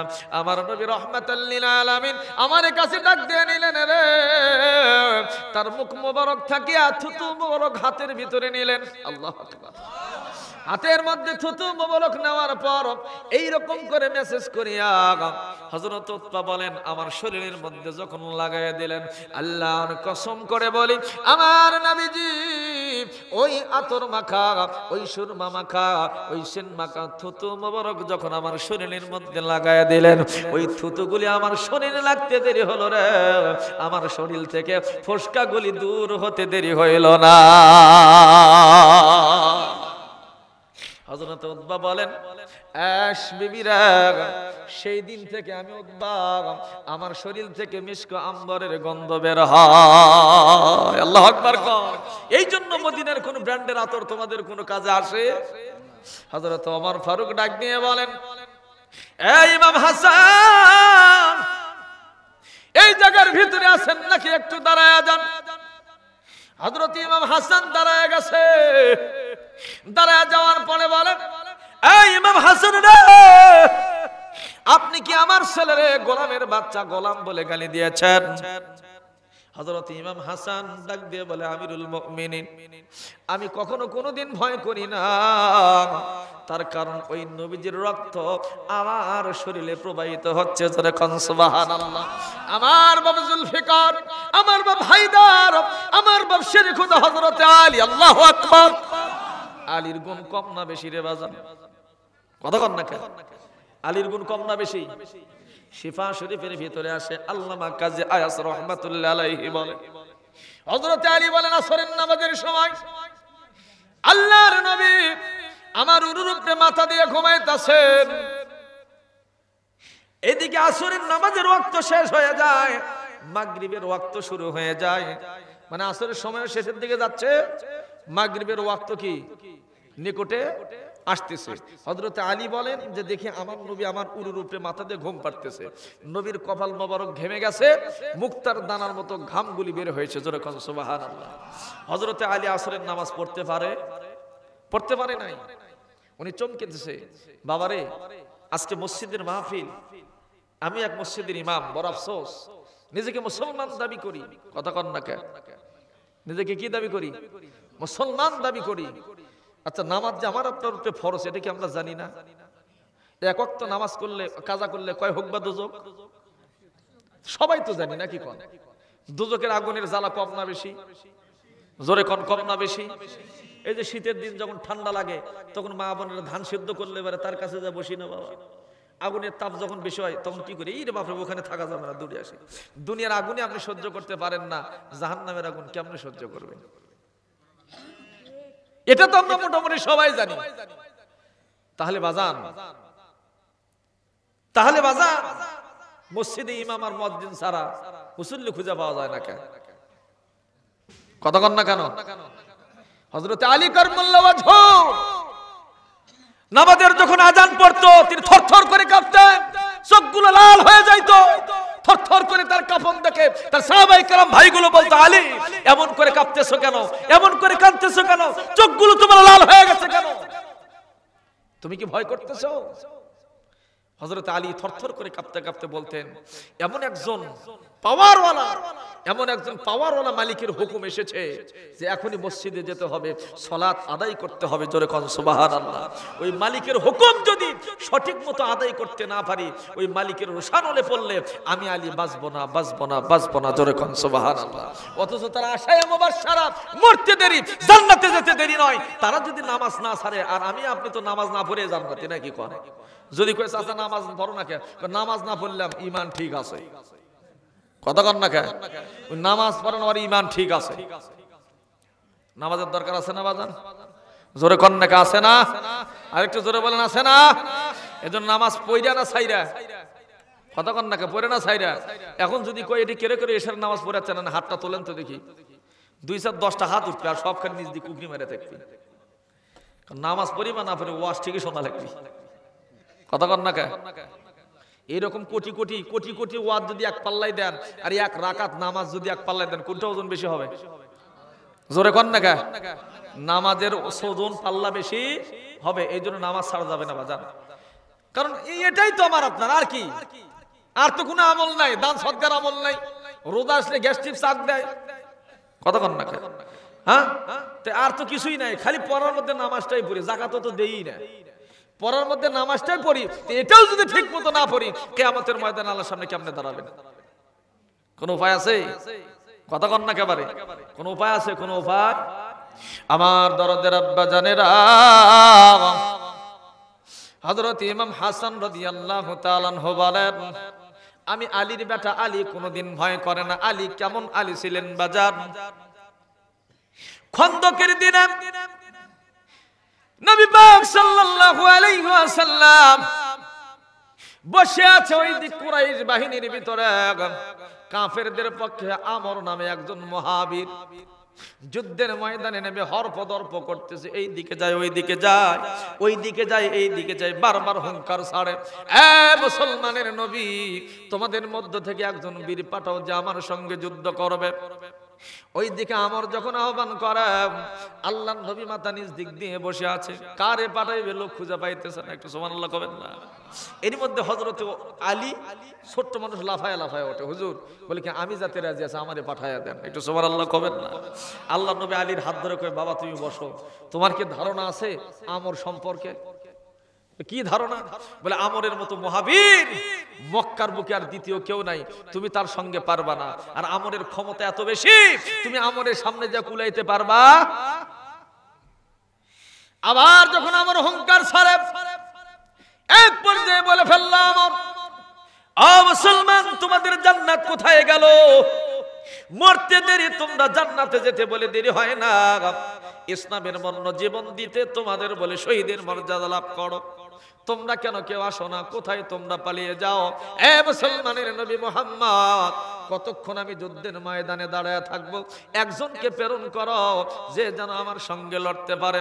এবার হযরত আলী আবার দাঁড়ায় গেছে, হুজুর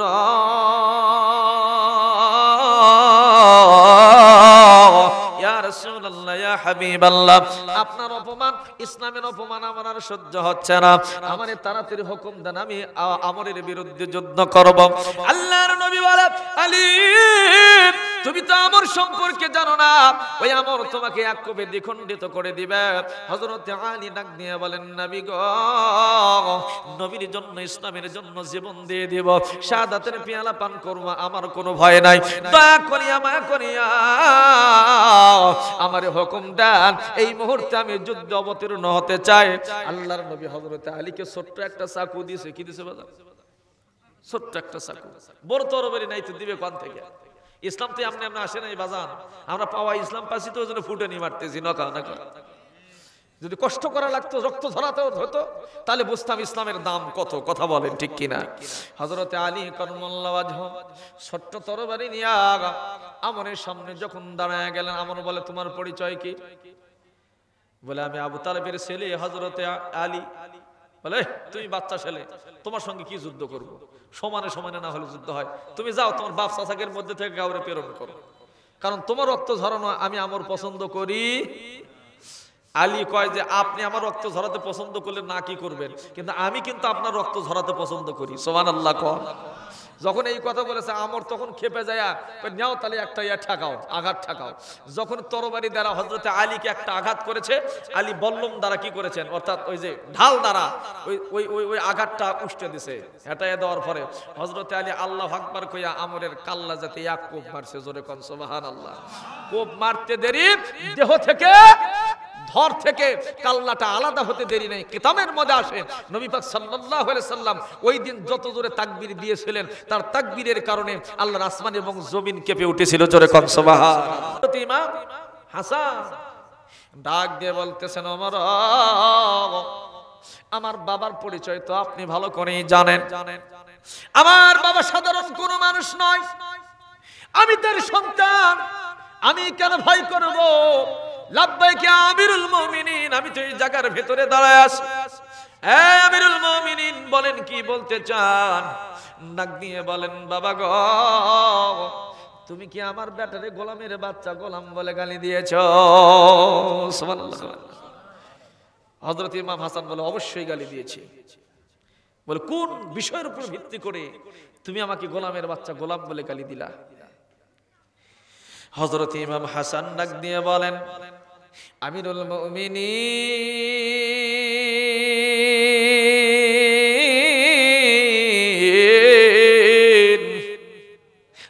খলিফাতুল মুসলিমিন হযরত ওমর, আপনি আপনার কলিজার মধ্যে হাত রেখে বলেন তো, আপনি কি আমার নবীজির গোলাম নন? জোরে বলবেন না সুবহানাল্লাহ।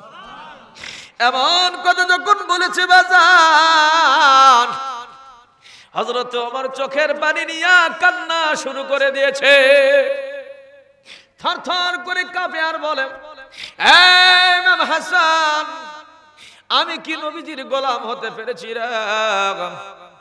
আপনি যে আমাকে গোলামের বাচ্চা গোলাম বলেছেন, আমাকে গোলামের উপাধি দিয়েছেন, ও ইমাম হাসান এই শ্রীকুটটা তো আমার সামনে রয়েছে। এই ইমাম হাসান রে, জানি না ওই নবীজির গোলামি করতে পারেছি কিনা, কিন্তু আপনি নবীজির নাতি ইমাম হাসান যখন বলেছেন আমি ওমর আল্লাহর নবীর গোলাম, তখন আমি সার্টিফিকেট পাইয়া গেছি রে। এখন মনে হয় আমি আমার দরদের নবীর গোলাম হইয়া গেছি। আল্লাহু আকবার। কল হযরত ওমর চোখের পানি নিয়ে এই চিকুটটা বের করে, কাগজ বের করে চোখের পানি নিয়ে কান্দে আর মুখের মধ্যে ঠাকায় চুমু লাগায়। হযরত আলী এবং ওসমানকে ডাক দেয়, আলী ও ওসমান দয়া করে দাঁড়াইয়া যাও। হযরত আলী এবং ওসমান যখন দাঁড়াইয়া গেছে, কাঁপতে কাঁপতে আল্লাহর নবীর সাহাবা খলিফাতুল মুসলিমিন হযরত ওমর ডাক দিয়ে বলেন, এ ওসমান, এ আলী, আমি যখন মারা যাব ভাই, আমি মারা যাওয়ার পরে এই শ্রীকুটটা, এই লেখা কাগজটা যে জায়গায় লেখা আছে হযরত ওমর নবীদের গোলাম, এই শ্রীকুটটুকু, এই কাগজটুকু আমার কফিনের ভিতরে ঢুকায়া দেবা। হযরত ওমর যখন এমন কথা বলেন, হযরত ওসমান বলেন, ইয়া আমিরুল মুমিনিন, কেন এই কাগজটা আপনার অস্তিনের ভিতরে ঢুকায়া দেব, আপনার কাপড়ের ভিতরে ঢুকায়া দেব গো, এইটা ঢুকায়া দিলে কি হবে? হযরত ওমর চোখের পানি নিয়ে কান্দার বলে, আলী, কবরের ভিতরে আমারে যখন রেখে আসবা, মুনকার নকির যখন কবরের ভিতরে চলে আসবে, আসার পর আমাকে যখন বলবে মান রব্বুকা মান দীনুকা মান নাবিয়ুকা, প্রশ্নগুলি করবে, জানি না আমি প্রশ্নের উত্তর দিতে পারবো কিনা। ওই সময়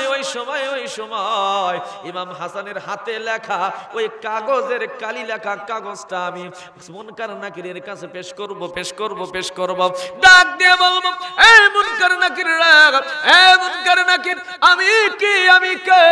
আমি কিছুই জানি না, তবে দুনিয়ার বুক থেকে আমি একটা কাগজ নিয়ে এসেছি, সার্টিফিকেট নিয়ে এসেছি। কি সার্টিফিকেট আপনি নিয়ে এসেছেন? আমি তখন মুনকার নাকিরের সামনে কাগজটা পেশ করব, আর বুকের মধ্যে চাপড়াইতে বলবো, আমি নবীজির গোলাম রে, নবীজির গোলামের কোনো বিচার না। জোরে বলবেন না সুবহানাল্লাহ। নবীজির গোলামের কোনো বিচার নাই, গোলামের বিচার মুনিব করবে, আর গোলামের সওয়াল জবের উত্তর মুনিব দিয়া দেবে। জনে কোন সুবহানাল্লাহ, আর একটু জোরে বলেন সুবহানাল্লাহ। সোনার মদিনা বহু দূরে, প্রাণের মদিনা বহু দূরে, কিন্তু মদিনাওয়ালা আমার অন্তরে, কিন্তু মদিনাওয়ালা আমার অন্তরে। জোরে কোন মারহাবা। আমার অন্তর জুড়ে মদিনা আছে রে, হৃদয় জুড়ে মদিনায় আছে রে, সেই মদিনায় কবে যাব মন মানে না রে, সেই মদিনায় কবে যাব মন মানে না রে। জোরে কোন মারহাবা। আরে যে গিয়েছে একবার সোনার মদিনা, তাহার মনে আর কোন দুঃখ রইল না, তাহার মনে আর কোন দুঃখ রইল না। আমার অন্তর মাঝে মদিনা আছে রে, হৃদয় মাঝে মদিনায় আছে রে, সেই মদিনায় কবে যাব মন মানে না রে, সেই মদিনায় কবে যাব মন মানে না রে। জোরে কোন মারহাবা। থেকে আমরা এতই দূরে চলে আসছি, যার বলার অপেক্ষা রাখে না। কথা বলেন ঠিক কিনা? তো সম্মানিত প্রিয়রা হাজিরিন, হযরতে মা রাবিয়া বসরি রাহিমাহুল্লাহ বাড়িতে বসে আছেন। তো এমন সময় দুইজন ভিক্ষুক আসছে। জোরে বলেন কয়জন? কষ্ট হইতেছে আপনাদের? দোয়া করে দেবো, পোলা প্যাকেট হচ্ছে, প্যাকেট হলে বিদায় মানে ছেড়ে দেবো আপনাদের, চিন্তা করেন না। আর বাইরে যারা আছে তারা তো তাওয়ারক পাবি না, কথা বোঝেন নাই? এই জন্য কিয়াম দিলাম যে তারা একটু ভিতরে আসুক। তা আসলো না যখন, কপাল পরা, তাবারকটাও তারা ছেড়ে দিল। কথা কোন ঠিক কিনা? হযরতে মা রাবিয়া বসরি রাহিমাহুল্লাহ বসে আছেন। এমন সময় দুজন ফকির এসে বলতেছে, মা আজকে 7 দিন হয় কোনো কিছু খাই না, 3 দিন হয় কোনো কিছু খাই না, কিছু আছে? একটু দিয়ে দেন খাই। এমন কথা যখন বলছে ফকির দুটারে বসতে দিয়েছে। তো ফকির দুটারে বসে দেওয়ার পরে খাবার সামনে পরিবেশন করছে। রান্নাঘরে যায় দেখে দুটা শুকনা জবের রুটি আছে। কিসের রুটি বাজান? জোরে কোন কিসের রুটি? দুটা শুকনা গমের রুটি আছে, তরি তরকারি কোনো কিছুই নাই। মা রাবিয়া বসরি রাহিমাহুল্লাহ তিনার খাদেমা যিনি ছিলেন ওনাকে বললেন যে রুটি দুইটা নিয়ে যায়, দুইজনকে খাইতে দাও। তো দুইটা যখন রুটি নিয়ে গেল, নিয়ে যায় খাবার দিল, তো ওনারা বিসমিল্লাহ বলে খাবার মুখে দিবে, এমন সময় দরজায় আরেকজন ভিক্ষুক আসছে। জোরে কোন সুবহানাল্লাহ। আরেকজন ভিক্ষুক এসে বলতেছে, মা 7 দিন ধরে কোনো কিছু খাই না, দয়া করে কিছু দেন। এটা সুবহানাল্লাহ কবেন না? যখন বলছে 7 দিন খাই না, ও দেখতেছে এরা দুজন 3 দিনের অনাহারি, আর যাই দুয়ারও 7 দিনের অনাহারি, চাইতে দেরি করছে। মা রাবিয়া বসরি রাহিমাহুল্লাহ দুইজনের সামনে থেকে দুইটা রুটি টান দিনে চলে গেছে। জোরে কোন সুবহানাল্লাহ। নিয়ে যায় ওই এক ফকিরকে দিতেছে, বাবা নিয়ে যাও। কাম ভালো হলো না খারাপ হলো? জোরে কয় না বারে? ভালো হলো না খারাপ হলো? খাবার দিয়ে আপনার কাছ থেকে যদি কেউ খাবার নিয়ে যায় তাহলে কাম খারাপ হলো না? এ দুজন খেপে গেছে, যা বলতেছে, মাগো শুনছিলাম তুমি বলে আল্লাহর ওলি, ফরেজগার মহিলা, মানুষকে খাবার দেয় সামনে থেকে টান দিয়ে নিয়ে যাও, এখন আমরা বলছি তুমি কি রকম মানুষ। মা রাবিয়া বসরি রাহিমাহুল্লাহ বলেন, ইন্নাল্লাহা মা'আস সাবিরিন। আল্লাহু আকবার। এই ফকিরের বেটা, বাবা গো তোমরা টেনশন করিও না, কিছুক্ষণ বসো, দেখি আমার আল্লাহর কাছ থেকে আমি কোনো কিছু পাই কিনা। জোরে কোন সুবহানাল্লাহ। মা রাবিয়া বসরি রাহিমাহুল্লাহ ফকির দুইটাকে বসে রাখছে। 5 মিনিট হয়নি বাজার, বাহির থেকে কে যেন ডাকতেছে, মা রাবিয়া বসরি দরজা খুলে দাও, আপনার জন্য কিছু হাদিয়ার ব্যবস্থা হয়েছে। জোরে কোন সুবহানাল্লাহ। কয় মিনিট? 5 মিনিট লাগেনি। দরজা থেকে যখন ডাক দেয়, দরজা খুলে দেওয়া হলো। এক পাতিল মাংসের ভুনা আর এক খামার রুটি দেখা যায়। সুবহানাল্লাহ। এক খামিল যখন রুটি পাইছে, মা রাবিয়া বসরি রাহিমাহুল্লাহ রুটিগুলো গুনতেছে, 1 2 3 4 5 গুনতে গুনতে রুটি পাইছে 19টা। জোরে কোন কয়টা?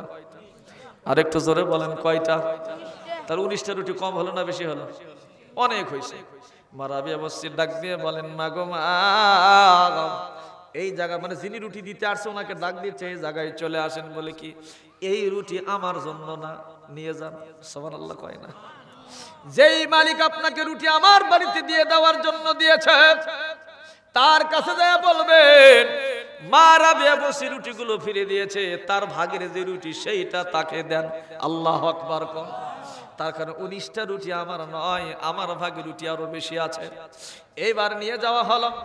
যে ব্যক্তি রুটি নিয়ে এসেছিলেন, ইনি রুটি আবার ফেরত নিয়ে গেলেন। নিয়ে যাওয়ার পরে রুটি ওই বাড়ির মালিককে দিয়ে বললেন, রাবিয়া বসরি রুটিগুলো ফিরে দিল।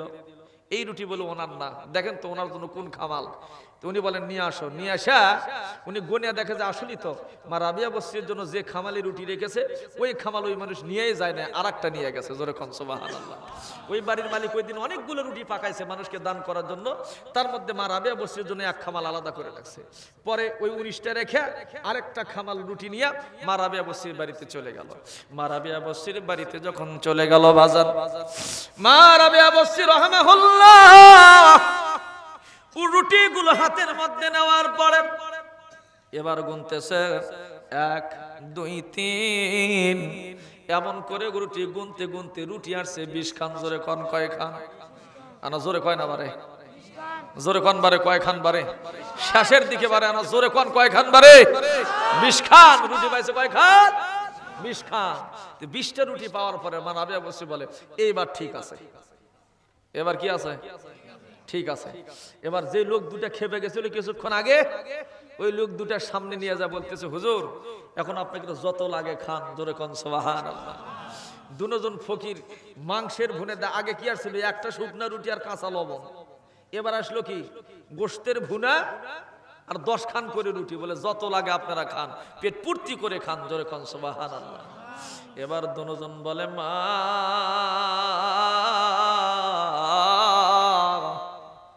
বুঝলাম না রুটিগুলো কোথায় থেকে আসলো।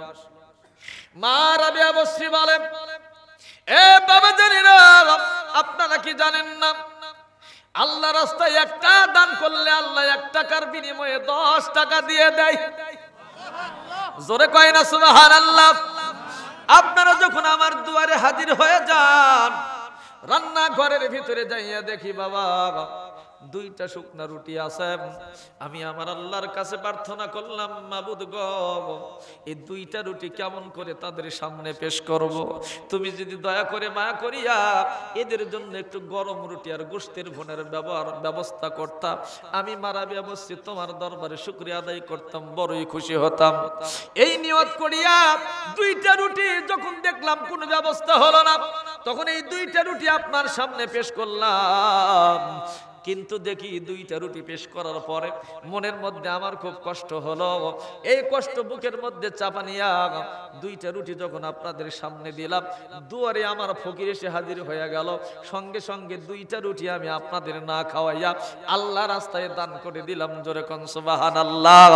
ওই 2টা রুটি আল্লাহ রাস্তায় দান করার কারণে রে আমার আল্লাহ পাক 2টা রুটির বিনিময়ে 20টা রুটি আমারে দান করেছে। আর জোরে কয় না সুবহানাল্লাহ। তাহলে একটা দান করলে কয়টা পাওয়া যায়? জোরে কম 10টা। 2টা করলে 3টা করলে 4টা করলে। এই জন্য বাজান আল্লাহ রাস্তায় কেউ যদি 1 টাকা ব্যয় করেন, আল্লাহ পাক তারে 10 টাকা দান করে দেয়। জোরে কোন সুবহানাল্লাহ।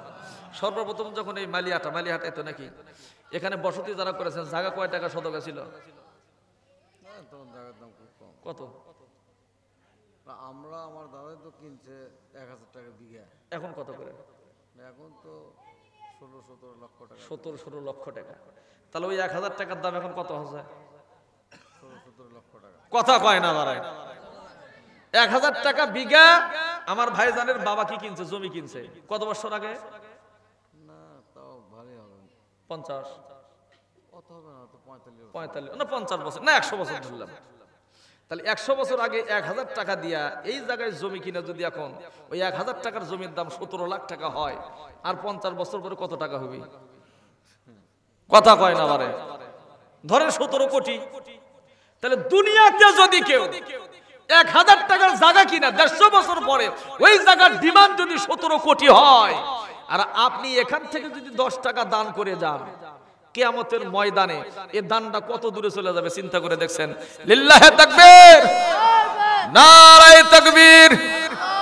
আল্লাহ আমার একজন ভাইজান পরকালীন জন্য মান বানা মসজিদান বানাল্লাহু বাইতান ফিল জান্নাত, আল্লাহ বলেছেন যেই ব্যক্তি